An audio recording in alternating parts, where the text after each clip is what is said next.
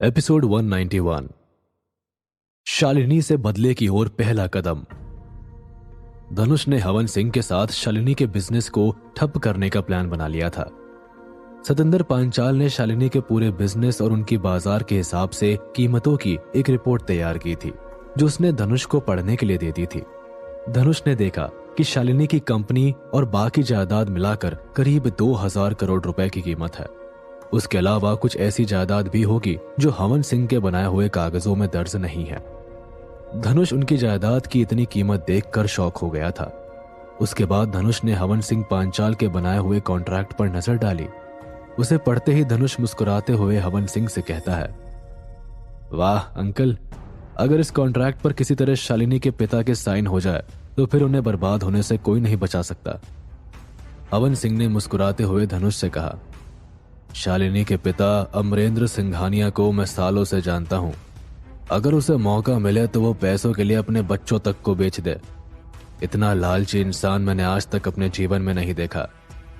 अगर देखा जाए तो इस कॉन्ट्रैक्ट के पूरे होते ही अमरेंद्र सिंघानिया को करीब 100 करोड़ रुपए का फायदा हो सकता है, और ये फायदा तो उसे इस कॉन्ट्रैक्ट के पहले पड़ाव में ही हो जाएगा।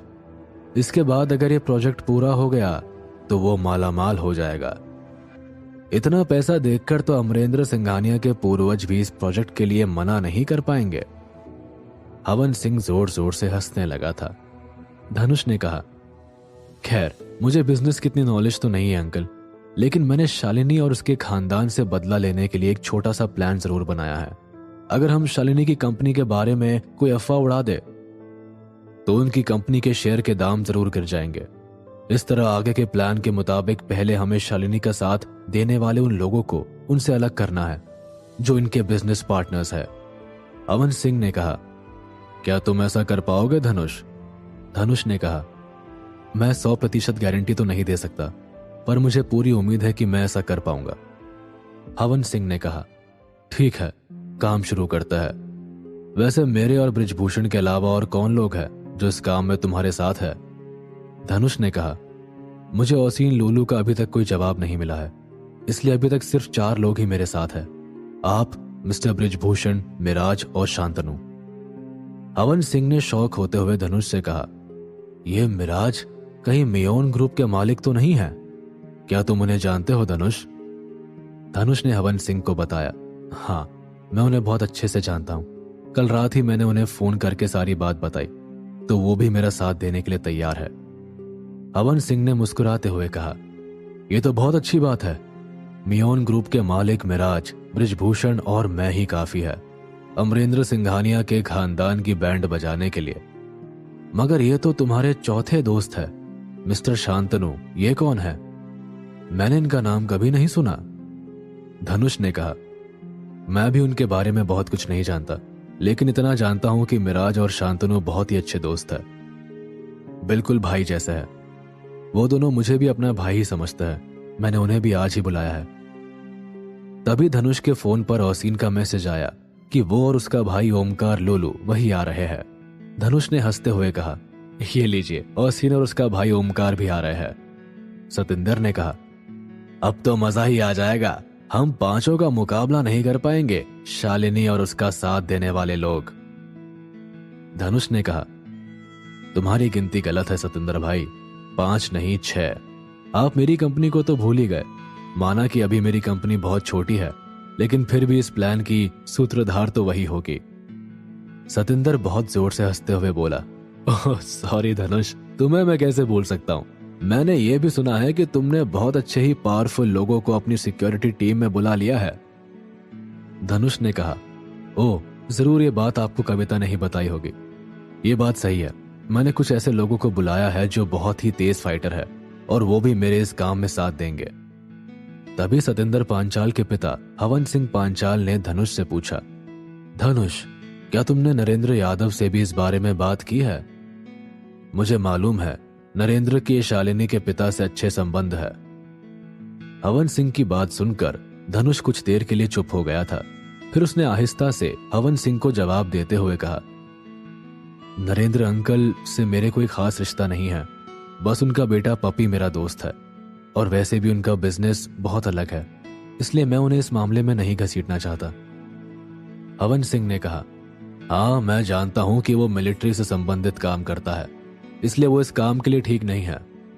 लेकिन तुम नरेंद्र के कानों में ये बात डाल सकते हो कि तुम शालिनी और उसके परिवार को सिर्फ इसलिए बर्बाद करना चाहते हो क्योंकि उसने तुम्हें जान से मारने की कोशिश की थी। मुझे उम्मीद है कि वो सामने आए बिना ही तुम्हारी काफी मदद कर सकता है। धनुष ने हवन सिंह से पूछा, क्या आपको अभी भी लगता है अंकल कि हम सब मिलकर भी शालिनी को घुटने टेकने पर मजबूर नहीं कर सकते? हवन सिंह धनुष की बात सुनकर सोच में पड़ गया था। फिर कुछ देर बाद उसने गर्दन हिलाते हुए धनुष की बात से सहमति जताई और उसके बाद कुछ नहीं कहा। दरअसल हवन सिंह पांचाल खुद भी अमरेंद्र और उसकी बेटी शालिनी के बिजनेस को खत्म करना चाहता था, क्योंकि जैसे ही शालिनी को रियल एस्टेट के बिजनेस में गहरी चोट लगेगी तो हवन सिंह पांचाल को वो सभी कॉन्ट्रैक्ट मिल जाएंगे जो अभी तक अमरेंद्र सिंघानिया और उसकी बेटी शालिनी उससे छीन लेती थी। हवन सिंह और सतेंद्र पांचाल दोपहर के खाने से पहले ही धनुष के बंगले से चले गए, क्योंकि उन्हें शाम की मीटिंग का भी किसी ऐसी जगह बंदोबस्त करना था जहां उनकी मीटिंग की गोपनीयता बनी रहे। उनके जाने के कुछ ही देर बाद मेघना धनुष के बेडरूम में आई और उससे बोली, धनुष तुमसे मिलने दो पुलिस वाले आए हैं। धनुष पुलिस के आने की सूचना मिलते ही थोड़ा शॉक हो गया था। हालांकि उसे इस बात का अंदेशा जरूर था कि पुलिस उससे पूछताछ करने के लिए आ सकती है, लेकिन पुलिस इतनी जल्दी आ जाएगी ये तो धनुष ने भी नहीं सोचा था। धनुष ने उन तीनों कातिलों को बड़ी सफाई से मारा था। अगर भेड़िए ने मुखबिरी नहीं की होगी तो धनुष को पूरा भरोसा था कि पुलिस उसे कभी भी नहीं पकड़ पाएगी। हॉल में जाकर धनुष ने देखा कि क्रांति सिंह के साथ एक हवलदार बैठा हुआ है। उन दोनों ने सामने रखी हुई चाय को हाथ तक नहीं लगाया था। दोनों चुप बैठे हुए उसी का इंतजार कर रहे थे। धनुष को हॉल में आता हुआ देखकर क्रांति सिंह ने धनुष से कहा, सॉरी धनुष, तुम्हें एक बार फिर से हमारा सामना करना होगा। दरअसल तुम्हारी सोसाइटी के बाहर ही 3 मर्डर हुआ है। तुम्हें तो इस बारे में पता ही होगा। हमने सीसीटीवी रिकॉर्डिंग्स भी देखा कि तुम मर्डर से कुछ देर पहले ही एक बच्ची के साथ कहीं बाहर जा रहे थे, तो इसलिए मैंने तुमसे भी पूछताछ करने की सोची। शायद तुम्हें इस वारदात के बारे में कुछ पता हो। आशा करती हूं तुम पूरी तरह हमारा साथ दोगे। धनुष ने मुस्कुराते हुए कहा, जी बिल्कुल। क्रांति सिंह ने धनुष से आगे पूछते हुए कहा, तुम वापस आने के बाद फिर से बाहर गए थे क्या? धनुष ने कहा, नहीं मैडम जी, उसके बाद तो मैं खाना खाकर कुछ किताबें पढ़ने में बिजी हो गया था। मैं फिर बाहर नहीं गया था। क्रांति सिंह ने कहा, क्या मैं पूछ सकती हूं तुम बाहर गए किस लिए थे?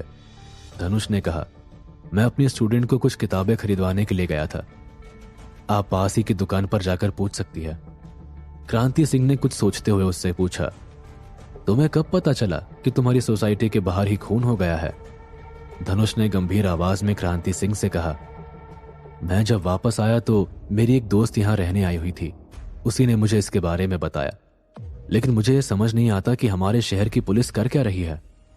हाल ही के कुछ दिनों में आए दिन हमारे शहर में मर्डर्स हो रहे हैं। क्या आप लोग कुछ भी नहीं कर पा रहे हैं?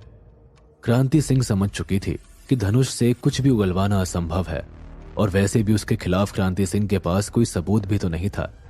क्रांति सिंह ने गहरी सांस लेते हुए धनुष से कहा, ओके मिस्टर धनुष, हमें अपना समय देने के लिए तुम्हारा बहुत बहुत धन्यवाद। अब हम चलते हैं। धनुष ने मुस्कुराते हुए क्रांति सिंह को कहा, अरे इतनी जल्दी भी क्या है मैडम, अभी तो आप आई ही है, खाना खाकर जाइए। मेघना दीदी बहुत ही अच्छा खाना बनाती है। क्रांति सिंह ने धनुष को मुस्कुराते हुए देखकर झेपते हुए कहा, तुम्हें लगता है कि मेरे पास खाना खाने का समय है? इस केस की वजह से हमारी रातों की नींद उड़ी हुई है। वैसे अच्छा लगा ये देखकर कि कम ही समय में तुमने काफी तरक्की कर ली है। धनुष ने मुस्कुराते हुए क्रांति सिंह को जवाब दिया, मैं समझ रहा हूं कि आपका इशारा किस ओर है। दरअसल मैंने जो छोटा सा व्यापार शुरू किया था वो काफी अच्छा चल रहा है। ये सब उसी की देन है। क्रांति सिंह ने हंसते हुए धनुष से कहा, अच्छा है, अब तुम अपनी मम्मी की काफी मदद कर सकते हो। खैर, तुम्हारा बहुत शुक्रिया मेरी छोटी बहन नेहा को पढ़ाने के लिए। हम दोनों एक क्लास में पढ़ते हैं, हम एक दूसरे का साथ देना ही चाहिए। धनुष ने कहा। क्रांति सिंह ने धनुष की आंखों में घूरते हुए उससे कहा, आप दोनों सिर्फ क्लासमेट्स ही रहे तो अच्छा है, उससे आगे नहीं बढ़ने चाहिए। नहीं, ऐसा कुछ नहीं है। धनुष ने जल्दी से सर हिलाते हुए क्रांति को मना कर दिया था। अचानक ही क्रांति के चेहरे के भाव बदल गए थे। उसने सख्त होते हुए धनुष से पूछा, वैसे क्या मैं पूछ सकती हूँ मेरी बहन के साथ तुम्हारा रिश्ता कैसा है, क्योंकि अभी उसकी उम्र प्यार में पड़ने की बिल्कुल भी नहीं है। धनुष ने चौंकते हुए क्रांति से कहा, आप ऐसा क्यों सोच रही है? हम सिर्फ अच्छे दोस्त हैं, इससे ज्यादा और कुछ भी नहीं। और वैसे भी वो ऐसी लड़की नहीं है जैसे कि मुझे मेरी बीवी के रूप में चाहिए। हाँ, उसकी जगह आप होती तो मैं जरूर सोच सकता था। अगर आप मेरा इंतजार कर सके तो फिर वो मेरे लिए बहुत अच्छा रहेगा। क्यों, इस बारे में आपका क्या कहना है? धनुष का जवाब सुनकर क्रांति शॉक हो गई थी। उसने कभी ऐसी बातें नहीं सुनी थी। वो धनुष की इस हरकत के लिए उसे बुरी तरह से डांटना चाह रही थी, पर अचानक ही क्रांति के चेहरे पर एक अनचाही मुस्कान आ गई और उसने शर्माते हुए अपनी नजरें नीचे झुका ली थी। धनुष ने भी क्रांति के चेहरे पर आई मुस्कान को देख लिया था। उसने दबी हुई आवाज में क्रांति को छेड़ते हुए कहा, आप चाहे तो मैं अपनी मम्मी से आपको मिलवा सकता हूं। मुझे मालूम है वो आपसे मिलने के बाद बहुत खुश होंगी। क्रांति ने अपनी नजरें उठाकर धनुष की ओर देखा।